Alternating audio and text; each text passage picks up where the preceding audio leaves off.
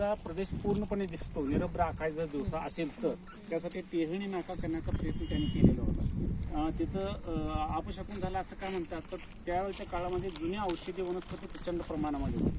संजीवनी औषधी होतं सुद्धा असं तर म्हणतात. त्यांच्या मावळ्याने ज्यावेळेला शिकार वगैरे केली किंवा ते सस्यांची वगैरे शिकार केल्यानंतर ते शिजायला घातल्यानंतर एक फांदीने तर हलवण्याचा प्रयत्न केला असं म्हणतात.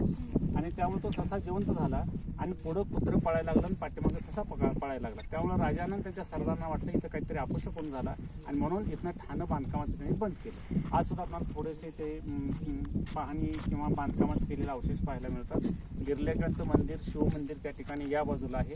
त्याच्या पलीकडचं आता बौद्धकालीन लेणी सुद्धा नवीन आता एक 10-15 वर्षापासून त्याच्या गुहा थांबायचं. मुलांना कोणाला करता येणार नाही, ज्यांना करता येईल त्यांनी बघा. आणि तो बाहेर जातो ना कडेला, तर मला लगेच सांगायचं. त्याला जरा मध्ये घ्यावा. किलोमीटर गेलो म्हणू शकता. चंद्राच्या बाबतीत हे मैलाचे दगड ज्यांना आपण नक्षत्र म्हणतो. एक दिवस चंद्रावरती सरकला, एक नक्षत्र. दुसऱ्या दिवसाचं दुसरं नक्षत्र. एक्झॅक्ट जागा 27 दिवसाचे त्याच्या आकाशातले जे प्रवासाचे टप्पे, 27 स्टॉप, 27 नक्षत्र. सूर्याची जर दररोजचा सूर्य हा दररोज एका अंशाने जातो. मग दररोजचे केले तर 360 स्टॉप होतील. लक्षात नाही ठेवणार ना. मग आपण काय केलेलं आहे, त्याच्यात 30 दिवसाचा एक स्टॉप केलाय मोठा, 30 डिग्रीचा. 30 दिवसाचा एक स्टॉप, त्याला आपण फास्ट म्हणतो. मग 30 डिग्रीचे 360 ला भागलं तर 12 तुकडे तयार होतात. ते 12 सूर्याचे प्रवास, एका महिन्याचा एक प्रवास, असं 12 महिन्याच्या 12 राशी सूर्याचा प्रवास. म्हणजे सूर्य आज जर समजा मेष राशीमध्ये असेल तर 12 महिन्यानंतर मेष राशीमध्ये चालेल असं ते. आज काय काय दिसतील खरं आपल्याला? आज शुक्र तेवढा दिसला, गुरु आहे तो दिसेल, शनी थोड्या वेळात शनी एक दिसेल. बुध सूर्याबरोबर होता, नाही दिसला. मंगळ सूर्याबरोबर आहे, तो पहाटेच्या वेळेस तोही नाही दिसला. सूर्याच्या जवळपासून सूर्य फक्त 15 कोटी किलोमीटर वरती आहे. पण त्या सूर्यापासून दुसरा सूर्य, समजा मी आहे, दुसरा सूर्य, दुसरा तारा आहे, तो आहे 4.25 प्रकाश वर्ष दूर. 4.25 प्रकाश वर्ष म्हणजे 1 प्रकाश वर्ष म्हणजे 10 महापद्म किलोमीटर. हे आहे फक्त 15 कोटी किलोमीटर. आणि हे अंतर आहे 10 महापद्म गुणिले 4.25, हे 40-45 महापद्म किलोमीटर पहिला तारा दूर आहे. हे तारे त्याच्यापेक्षा आणि 10 पटीनं, शतपटीनं दूर आहेत. हे सगळे तारे दूर आहेत. मग दिसताना आपल्याला एका प्लॅटफॉर्मवरती दिसतात, डोमवरती दिसतात. तसा इथं गोल झालाय असं. आता हे पुन्हा असंच, हे मी आडवं दाखवतोय, हे परत उभं होत असतं. आपण फक्त उभं बघतो ना असं. तर हे असा डोम, हा आपला डोम आहे समजा. हे सगळे तारे आहेत. सूर्य स्थिर, पृथ्वी 365 दिवसात फिरते. इथं आली आता दररोजचं मी सांगत नाही, दररोजचं जर बघितलं तर एकाच अंशानं ते पुढे सरकते पृथ्वी. हे 360 अंशाचं हे सर्कल आहे ना, ही पृथ्वी किती दिवसात पास करते? 305 आहे. हे एका दिवसाला साधारण किती पृथ्वी पुढे सरकेल? 1 डिग्री. हा 1 डिग्रीनं पुढे पृथ्वी सरकली की सूर्य पृथ्वीवरच्या माणसाला 1 डिग्रीनं इकडे सरकलेला असतो. सूर्य हल्ला का नाही, पृथ्वी हल्ली. त्याला वाटलं काय, पृथ्वीवरच्या लोकांना सूर्य 1 डिग्रीनं सरकला. पण एका डिग्रीचं मोजमाप आपल्या नजरेत येत नाही. 1 महिन्यानंतर आपल्या लक्षात येतं, अरे इथं सूर्य होता, तो इकडं आला. 30 डिग्री. मग आपण त्याला नाव दिलं 1 रास, 1 तुकडा. असे 12 तुकडे झाले की पृथ्वी पुन्हा फिरून अशी इथे येते. मग पुन्हा ह्या पृथ्वीला सूर्य तिथंच मेष राशीत दिसतो. सूर्य हल्ला नाही, पण पृथ्वी हल्ली. मग मेष मध्ये आला, वृषभ मध्ये सरकला, मिथुन मध्ये गेला. असं करत करत वास्तविक आम्ही फिरलो, आम्ही पूर्वपदावर आलो की आम्हाला वाटतं चला सूर्य परत पाडव्याला आपलं नवीन वर्ष सुरू झालं. होय साहेब, राशीचक्र किती खरं आणि किती खोटं आहे? राशीचक्र 100% खरं आहे. म्हणजे 100% पेक्षा पण तुम्ही जितकं त्याला गणित लावाल ना काटेकोर, तितकं ते परफेक्ट आहे. पण त्याच्यावरती जे तुम्ही फलज्योतिष सांगता, त्याचा तुम्ही तुमच्या आयुष्याशी संबंध लावता, तो साप खोटा आहे. साप खोटा आहे. त्याला काहीच अर्थ नाही, काहीच अर्थ नाही. म्हणजे सूर्य तिथं, पृथ्वी इथं, पृथ्वीवरच्या याच्या डोक्यातल्या उवा म्हणजे आपण, त्याच्यापेक्षा लहान आपण. काय तो तिकडं लांब असलेले तारे किंवा तिकडं असलेले ग्रह, ह्याच्या डोक्यातल्या उवांना काय करणार आहे? काहीच नाही करणार. एवढं ते सोपं आहे. मग राहू केतू याचा जो संबंध जोडला जातो याचा काय हे खरं की खोटं? नाही, राहू केतू आता बघा सर, राहू केतू ह्या मुळात कल्पना चुकीच्या ठरल्यात. आता राहू केतू या गोष्टीच अस्तित्वात नाहीत. आता बघा, म्हणजे कोणाही भावना दुखवून घेऊ नका, सत्य समजून घ्या. थोडंच आपण पाठीमागे गेलं, म्हणजे एक 17व्या शतकाच्या आधी वगैरे गेलं तर युरेनस नेपच्यून आपल्याला माहीतच नव्हते. पण तुम्ही खरसुंडीला गेला किंवा सांगलीत गेला तरी जी मंदिरं आहेत ना, तर तिथं बघा 9 ग्रह मंदिर आहेत.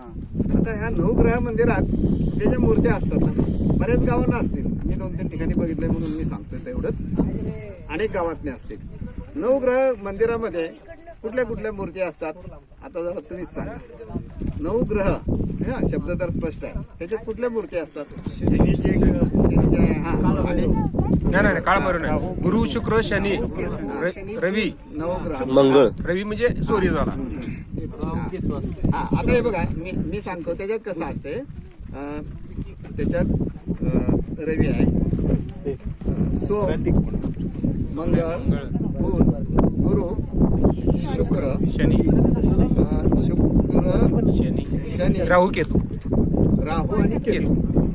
आता एवढं तर बरोबर. बरोबर. आता ह्याच्यात बघा, ह्याला आपण नवग्रह म्हणतो. म्हणजे आपल्या जुन्या लोकांची त्या काळची कल्पना जी तेव्हा सत्य वाटत होती.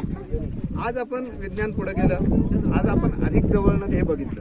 जवळ बघितल्यानंतर काय दिसलं, तर अरे हा जो आपण रवी म्हटलं ना, ते ग्रह नाहीच आहे. हा, सोम म्हणालो, चंद्र तो ग्रह नाहीच आहे. आणि नंतर युरेनस नेपच्यून आता जे 8 ग्रह आहेत ना, ते तर त्याच्यात नाहीच आहे. त्या यादीमध्ये हे कोण आहेत? राहू केतू. हा, तर ते राहू केतू हे बॉडीच अस्तित्वात नाहीये. ते काल्पनिक बिंदू आहेत, 5 बिंदू त्याला आत्ता आपण म्हणतो. पूर्वजांनी त्या ग्रहणासाठी आवश्यक त्या गोष्टी मानल्या. त्या दिसत नाहीत, पण काहीतरी घडतंय. म्हणजे इथं काहीतरी असलं पाहिजे. म्हणजे माझ्या मागे राहू लागलाय तो काय नाही.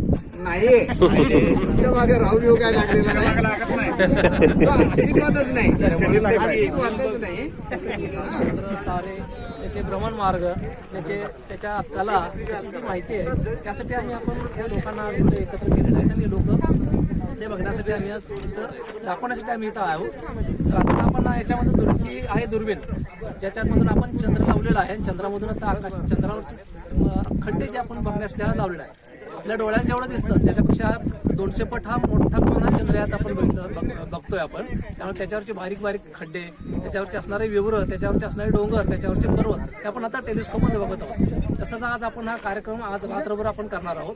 आत्ता पूर्वेला आपण सोशल मीडियावर बघत असाल की प्लॅनेट परेड असं म्हटलेलं आहे. कारण आत्ता जेवढे डोळ्यात दिसणारे सगळे ग्रह आहेत ते सध्या दिसत आहेत. पैकी आत्ता बुध, शुक्र आणि शनी हे सूर्याबरोबर होते, ते मावळले. आता डोक्यावरती गुरु आहे, तो रात्री पहाटे 3 पर्यंत दिसणार आहे. आणि उद्या पहाटे मंगळ आपल्याला दिसणार आहे आणि युरेनस नेपच्यून रात्रभर आपल्याला दिसणार आहे. या ग्रह आपल्याला दिसणार आहेत. लोकांना आपण हे दाखवणार, टेलिस्कोपमधून दाखवणार आहोत. पण त्याचबरोबर आपण स्लाईड शोचे काही कार्यक्रम ठेवलेले आहेत, ज्याच्यामध्ये सूर्यमाला किंवा ग्रहणं कशी होतात त्याच्याबद्दल आपण स्लाईड शोच्या निमित्तानं खंडेरावच्या तलाव शेजारी मंदिरा शेजारी जो हॉल आहे तो आम्हाला खंडेरावच्या ग्रामस्थांनी किंवा प्रवास करत आज तुम्हाला मला दिसतोय म्हणजे 1,500 वर्षापूर्वीचा तो प्रकाश आहे. आता आत्ताची त्याची कंडिशन काय आहे हे बघायची जर आपल्याला असेल तर 1,500 वर्षांना आपल्याला यावं. हा बघा, सोपा आहे बघा. याच्यापेक्षा वर काय वाटतं मजेशीर शब्द आहे, फक्त तसा समजून तुम्ही मी हे जे आज उघडं आकाश बघतोय हे 550 वर्ष जुनं आकाश बघतो. म्हणजे महाराजांच्या काळातलं, शिवाजी महाराजांच्या आधीचं बघतोय. हे तारे हे इतके अंगणातले तारेचा प्रकाश इथे यायला एवढा वेळ लागतो. तुम्ही ऐकून असाल अँड्रोमेडा गॅलेक्सी, बरोबर आहे ना? ते आता गेली तिकडे. सांगितलं तर तुम्हाला आश्चर्य वाटेल, ती सगळ्यात जवळची नेबरिंग गॅलेक्सी, आपल्याला सगळ्यात जवळची गॅलेक्सी 23 लाख प्रकाश वर्ष दूर आहे. सगळ्यात जवळची आहे.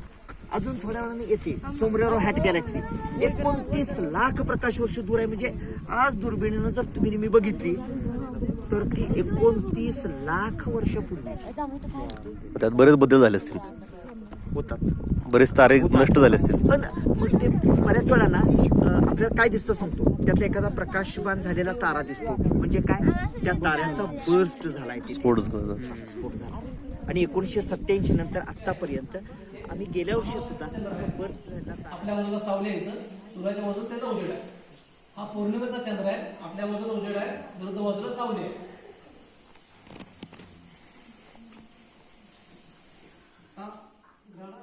ग्रुप फोटो घेऊया.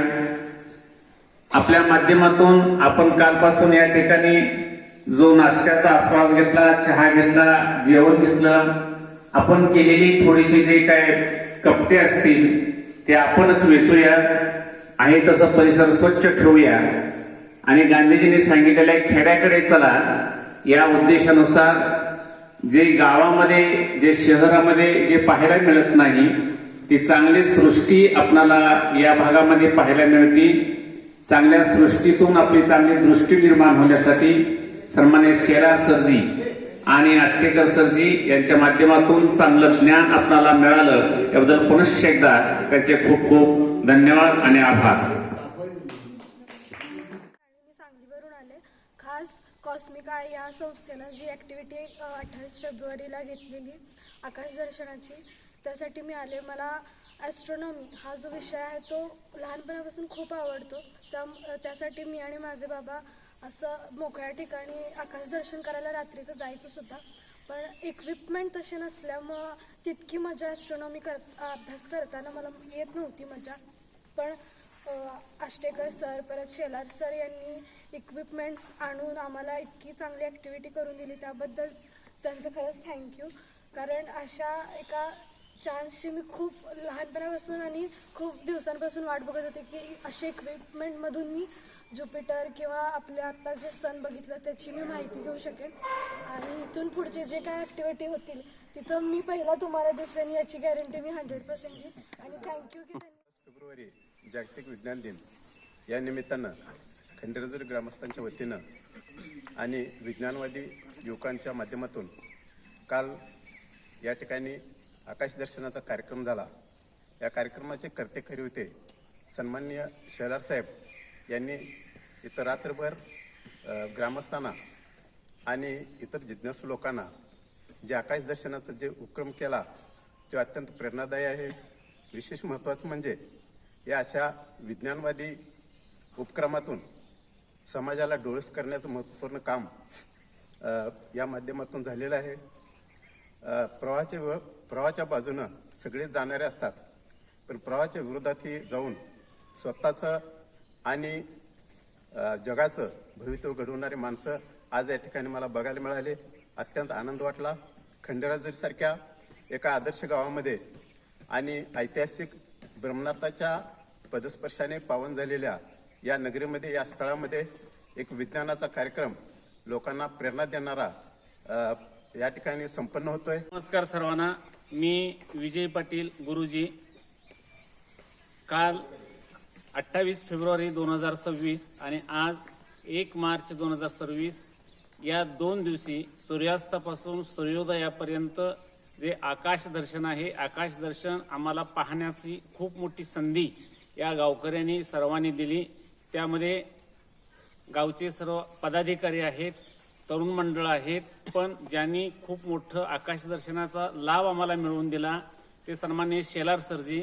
स्वराज्य निर्मिती करण्यासाठी शेलार मामाने शिवशंभोना ज्या पद्धतीनं मोठं मार्गदर्शन केलं तसं फक्त खाली बघून चालण्याची सवय असणाऱ्या आमच्यासारख्या अनेक नवयुवकांना, अनेक वृद्धांना, अनेक तरुणांना संधी प्राप्त करून दिली ते सन्माननीय शेलार सरजी.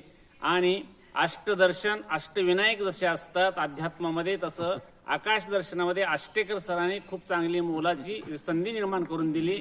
त्याबद्दल या सर्वांचे खूप खूप आभार. विट्यापासून अगदी कागवाडपर्यंत, कर्नाटकापासून महाराष्ट्रापर्यंत, आळसंदपासून अगदी जतपर्यंतचे ज्यांना आकाश दर्शनाची आवड आहे, जी जिज्ञासा आहे, curiosity is most of things in man's life असं म्हणतात, असे अनेक विद्यार्थीगण या ठिकाणी आले. या परिसरामधून दिसणाऱ्या आकाश दर्शनाचा लाभ घेतला. पुन्हा प्रत्येक वर्षी या 28 फेब्रुवारीला आपण सर्वजण याल यासाठी आम्ही खंडेराजुरीकर आपणा सर्वांची वाट पाहतो आहे. निमित्त इथं खंडेराजुरीमध्ये जो काही अवकाश दर्शनाचा कार्यक्रम आयोजित केला, खरं तर अगदी अपघातानंच इथं येणं झालं आणि बरेच वर्षापासून मी अशा कार्यक्रमाच्या शोधात होतो. पण असा कधी संधी उपलब्ध झाली नव्हती.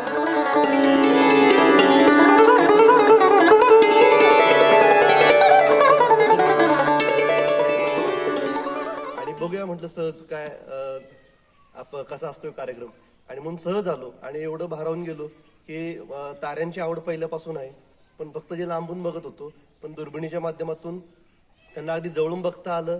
आणि त्याचबरोबर त्यांचं जे काही सायंटिफिक महत्व आहे किंवा जे काही राशी आहेत, नक्षत्र आहेत, श्रद्धा अंधश्रद्धा आहेत, या सगळ्याच गोष्टींचा सर्व बाजूंनी इथं माहिती आष्टेकर सर असतील, शेलार सर असतील, माळी सर असतील, अगदी सखोल अभ्यास केलेली हे माणसं, आणि यांच्यापासून भरभरून माहिती ऐकायला मिळाली. आणि या माहितीचा वापर म्हणजे मी शिक्षक आहे, मला माझ्या विद्यार्थ्यांना देता येईल, आणि त्याचबरोबर माझ्या आजूबाजूची जे काही माणसं असतील त्यांच्यापर्यंतही पोहोचवता येईल. आणि मला नक्की आवडेल की पुढच्या वर्षी नाही, दरवर्षी इथं या कार्यक्रमाला यायला मला नक्की आवडेल. फक्त सर्वांना विनंती आहे की हा कार्यक्रम न थांबता अखंडपणे असा सुरू राहावा, हेच खंडेराव जोरीकर सरांना खंडेराव जोरीकरांना विनंती आहे की ह्या कार्यक्रमामध्ये खंड पडू देऊ नये. धन्यवाद.